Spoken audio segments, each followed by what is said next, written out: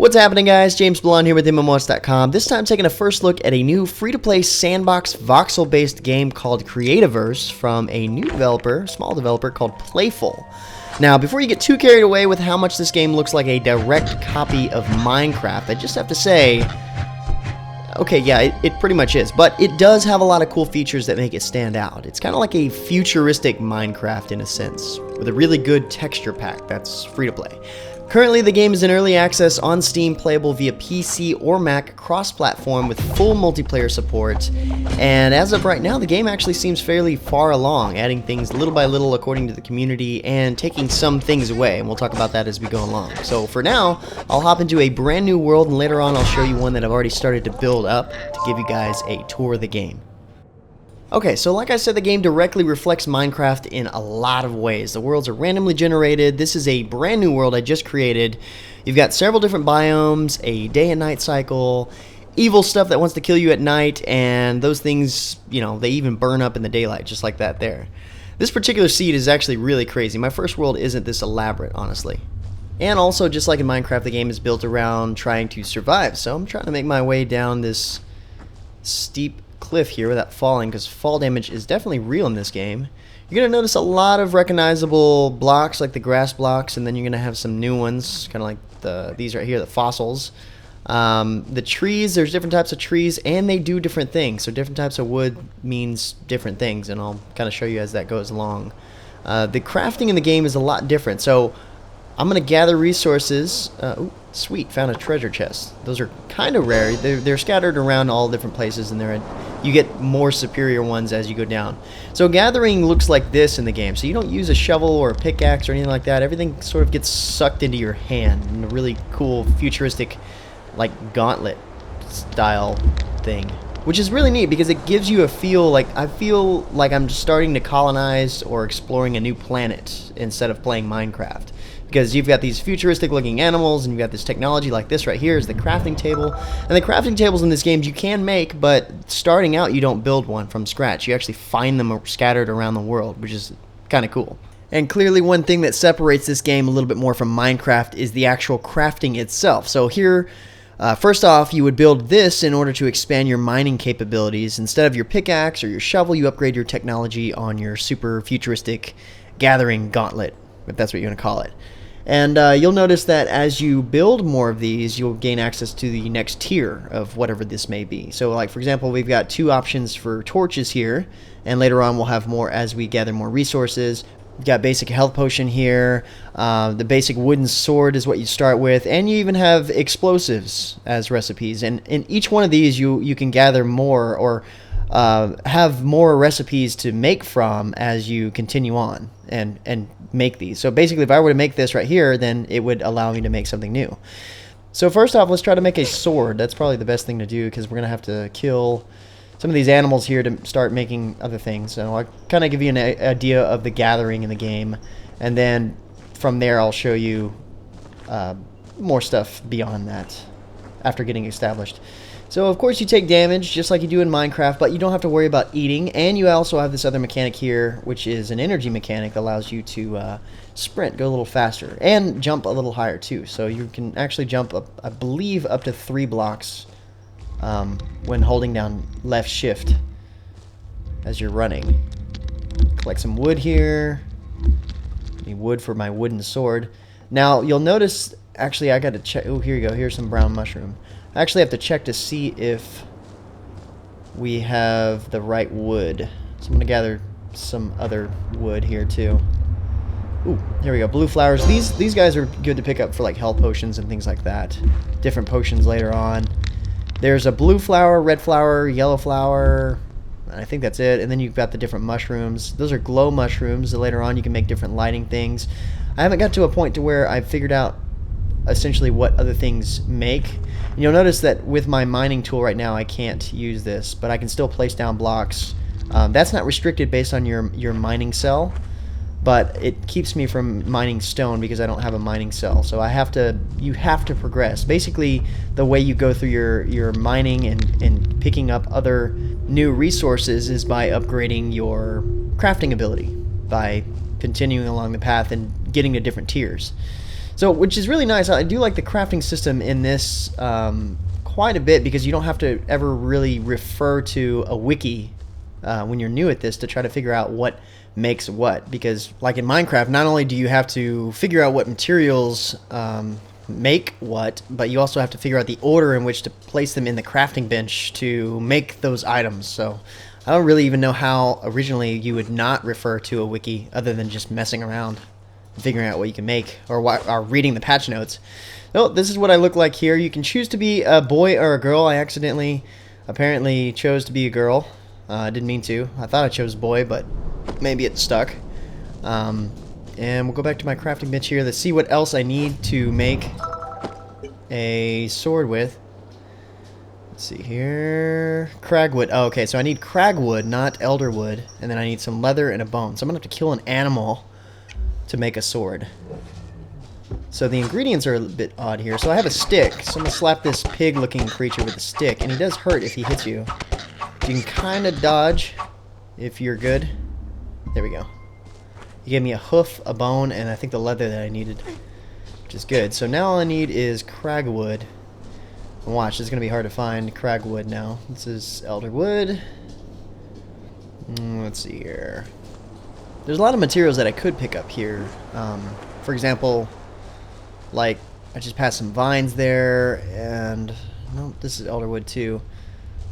Oh, I'm gonna kill this guy because I'm gonna need some stuff. Little like chameleon looking guy. There we go. Alright, cool. Killing little animals with a stick is fun. But each one of the animals that you kill, like this guy over there, I'm not even gonna touch because I can't kill him with a stick. I've got to have a different tier weapon in order to really do damage. But yeah, once you kill different animals, they will give you different resources accordingly. And some of them are a little bit more rare, and sometimes you have to go into certain situations to find them. It's similar to Minecraft. This one, I think it's a little bit more important to find certain ones. Like there's one, like this guy is pretty common, and he hurt me. Slap him with a stick. Die already. So when you get a better sword, you only have to hit him like 3 times. He's done. But yeah, there's like a magical animal called a Keepa that you literally have to chase down in order to gather. You have to kill him, and then you gather this rare resource that you use for things like a storage compartment. So it's a little bit rare. Here's the cragwood that I need. I don't know if there's going to be enough here. Now, it'll make a sound, like this right here. That sound right there means that I have a new recipe available. So I found an item or a resource that'll allow me to make a new recipe. This is the yellow flower there. And I think that's cool because it kind of indicates that you can make something new, so you're going to want to go back and check. Kind of convenient. I've got a crafting station right there. So once I get my cragwood, I'll be able to make my sword there. And later on, once I get a better mining cell, I'll be able to pick up the crafting station. The views are pretty cool in this. Graphics are turned all the way up. The swimming mechanic is a little different than Minecraft. You automatically float to the top, and in order to go down, you use your left shift like you're running. Alright, here we go. Lots of cragwood. Let's see if we can make our sword. And then once we make our sword, I'll hop into my other world where I've got some stuff established and show you some really cool mechanics like the teleporter and, you know, stuff like that. Some of the mining stuff. Alright, that should do it here. Let's go make our sword real quick, and I kind of give you an idea how much the crafting station changes now, and then once we get my other world, I'll show you what I've unlocked in terms of recipes over time. So now we have access to the sword. Once I make this, I craft this here. Time remaining, done. Collect the items, and notice that I can now make the stone sword once I gather the right resources.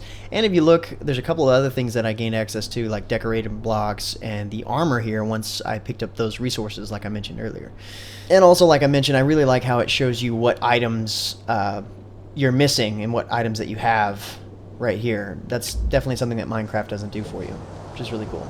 So needless to say, there's a lot of things in this game that are taken from, I guess, more quality of life factors in Minecraft. So it's kind of, this game honestly is like playing Minecraft with a really cool skin, or texture pack, sorry, and some interesting mods on it.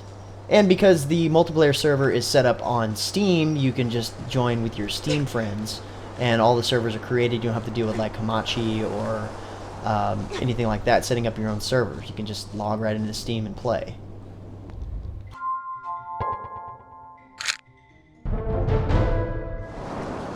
Alright, so this is the little setup I've got going on. It's not much. Just kind of put together some 4 walls and a roof here, and I've got all my crafting station set up here. Let's take a look at the crafting station again and see how much more recipes I have after going through a lot of these. You got different tiers here. You can see that I've got all this armor, a lot more decorations, more furniture, which I don't use a whole lot of except for the doors and stuff.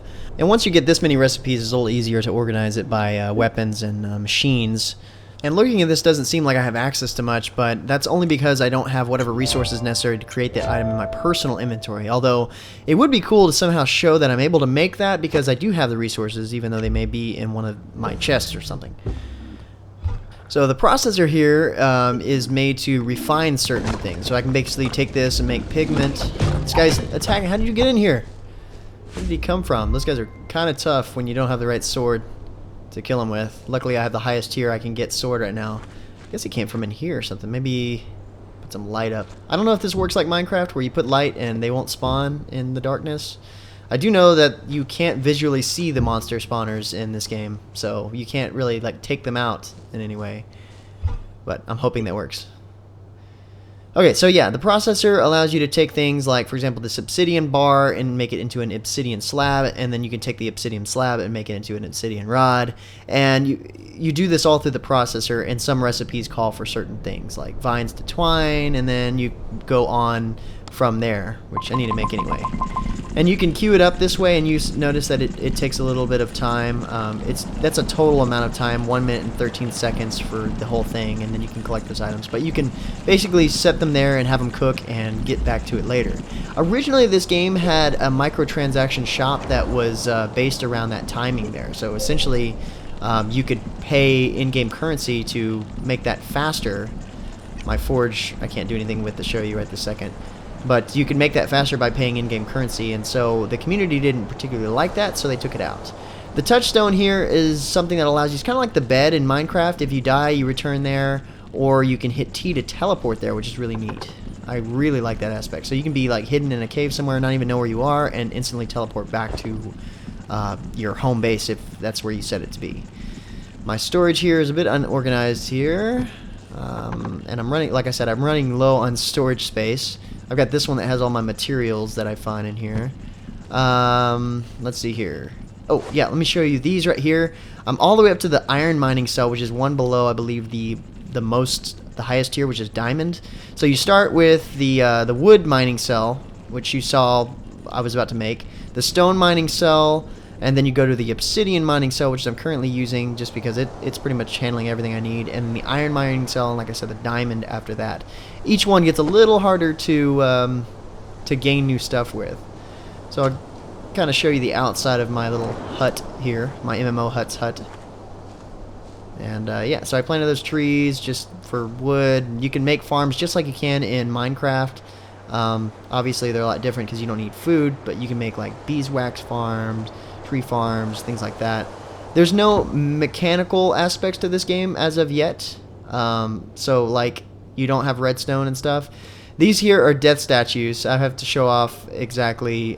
These are how many times I die. Every time you die, you drop one of these and you go back to it and pick up all of the stuff that was in your inventory, so you can get it all back that way if you can go find it, which makes it easy because you can use your compass there. It shows you like an X where you died last, and you can follow that. It also helps in the beginning to find the crafting stations because the little cog on my compass shows me where the crafting station is. Ooh, I think I need this. Yeah, I need that. I only have like 5 of these. Heck yeah, I don't know how I missed that. This other one here. Nope. You can't jump and mine in this game, which you can't really do that in Minecraft either, so I guess there's not really any comparison. Mine some stuff here. So now, it took me forever, but I dug down to the like the lava layer, and now that I have all my gear, I've got a lot of armor, I can kind of survive in this area. Holy crap, I didn't know that was live. Nope! Oh, that hurt. I'm gonna have to use a potion now. Let's see. I don't know if there's going to be any creatures around this area or not, but the creatures that live on this level are a lot harder. There's one guy that basically uses a flash grenade and tricks you. It's kind of hard to see too. And the torches, the different torches that you make have different light levels. Let's see, a tourmaline. Oh, I don't think I have that either. I might actually have a little bit of this. So I haven't really done much exploring down here. I just dug to it and then got killed a couple times. That's why I have so many death statues up there. But yeah, just like in Minecraft, you can explore that. You can use, instead of using a pail of water, you can use ice, which I don't have, to kind of protect yourself from the lava. Yeah, good. We don't have a whole lot of creatures down here that I have to worry about. So I can't mine, notice I can't mine that with the obsidian mining cell. So I'm going to switch over to, oh, you can hit tab to switch your weapon. I'm going to switch over to the iron mining cell, which will allow me to get this indigenous rock and some of the new items. So it didn't make that noise. Apparently either I already had some of it or it doesn't make anything directly. I have to make something out of it first. The recipes get a little bit more complicated, as you can tell, later on in the game. Like right now I have no way of getting over there, but I'm kind of excited to explore that area. I don't have any ice. See if I can kill this guy. Shouldn't take too much. Oh, crap. He hurts a lot though if he hits me. Sweet. Best thing to do is swing fast. Alright, that noise you just heard here is bad news. That's one of those guys over there, so I'm going to teleport out of here. Hit T. You do have to wait 5 seconds and it will get interrupted. So if you're like in the middle of a fight, you can't escape. But teleport right back to the beginning, which is awesome. And let me show you how the teleporters work. So you have the main teleporter, and then you have these, which takes a little bit of time when you're teleporting from one biome to the other. If it's in the same biome, then it's instantaneous. So it's just like Portal. You're like walking right through it, and that's pretty cool. This essentially replaces like the minecart stuff in Minecraft, which I think is cool. You can just teleport from one world to the next. Like this area right here, I've not explored yet. I just found this cave in the sand area, and I knew I needed to get more sand. So I was like, oh, here's a cave. I'll put the teleporter right here. You can't pick them up when you're done, but you can have as many teleporters as you want. Getting down here may be a little challenging. Okay, good. I don't know why I didn't take fall damage there, but thank goodness I didn't. So I'm gonna put some torches up. Like I said, different torches. I need to get the next tier of torches, like the lanterns, because they're not super bright. Oh, nice. Okay, so I found an obsidian node here. So I can mine this, but I have to use an extractor. You can't use your mining cell. So like on my 6 here, put down an extractor, and I have to wait for this thing to extract the ore out of that block. So I have to come back and pick that up later on. And of course you have different tiers of that as well. I've got an advanced extractor here. But the thing is this is made using obsidian. So I could use this on an obsidian block, but it kind of takes away from itself because of the fact that, you know, I use obsidian in order to make that, but I'm using it to mine. Because once it's done extracting, you don't get it back. You have to keep making those. Which I think is a neat element. I don't know if I can say I like it more than what you'd have to do in, say, Minecraft. I like the fact that you're not having to sit there and pick it forever. So I can have that and come back to it, and it'll stay there. And you get quite a bit of ore out of each one of those nodes. Like that one was going to give me 6, but if I use the advanced extractor, it gives me 12.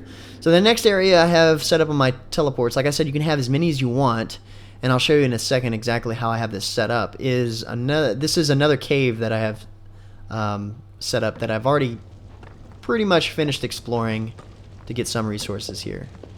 And I've got my crafting station set up right here on the side as well. Sometimes I have monsters spawning in here, but don't have to really worry about them right now. They will, however, use the teleport. That's probably how I got that one in there. But if you hit F or right-click on this, you can enter a code. So this one I have set as 3 stones, and I can name it Cave Portal.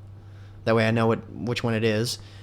This one teleports to home, which I have as 3 wood. So the other one I have set up as 3 sand, so it's a sandy area. You can make that code whatever it may be, and then you can go up to one of these and change out where you want it to teleport to. So you can have as many of these set up with all kinds of different code combinations, and then you can remove the code so other players, for example, can't teleport to them unless they know the code to it and things like that. So that's a really interesting mechanic, honestly.